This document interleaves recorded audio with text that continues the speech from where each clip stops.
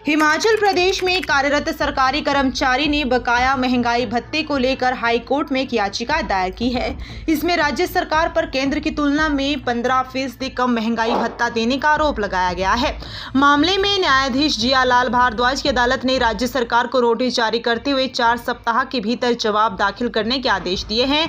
अगली सुनवाई 4 जून को होगी। याचिका में स्पष्ट किया गया है कि वर्तमान में केंद्र सरकार अपने कर्मचारियों को 60% की दर से महंगाई भत्ता दे रही है, जबकि हिमाचल प्रदेश सरकार के कर्मचारियों को 15% कम यानी 45% ही भुगतान किया जा रहा है।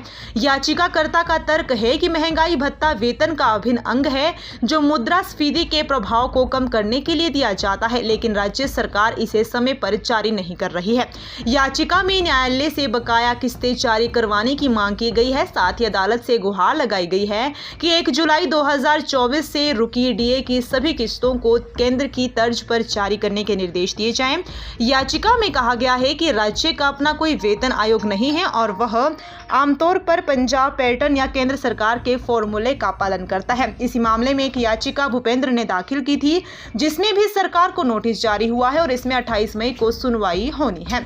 याचिका में पश्चिम बंगाल और पंजाब की तर्ज पर महंगाई भत्ता देने की मांग की गई है।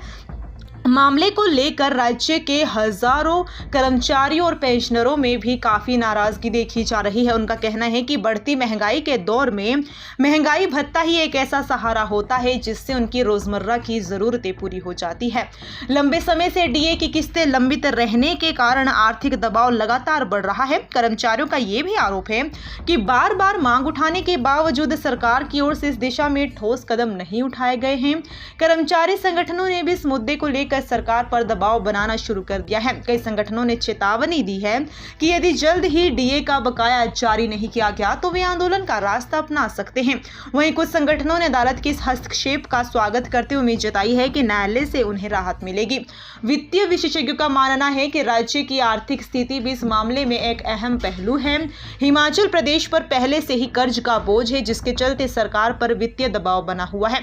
हालांकि विशेषज्ञ ये भी कहते हैं कि कर्मचारियों के वैधानिक अधिकारों की अनदेखी नहीं की जा सकती और सरकार को संतुलन बनाते हुए समाधान निकालना होगा। अब सभी की नजरें हाईकोर्ट की अगली सुनवाई पर टिकी है।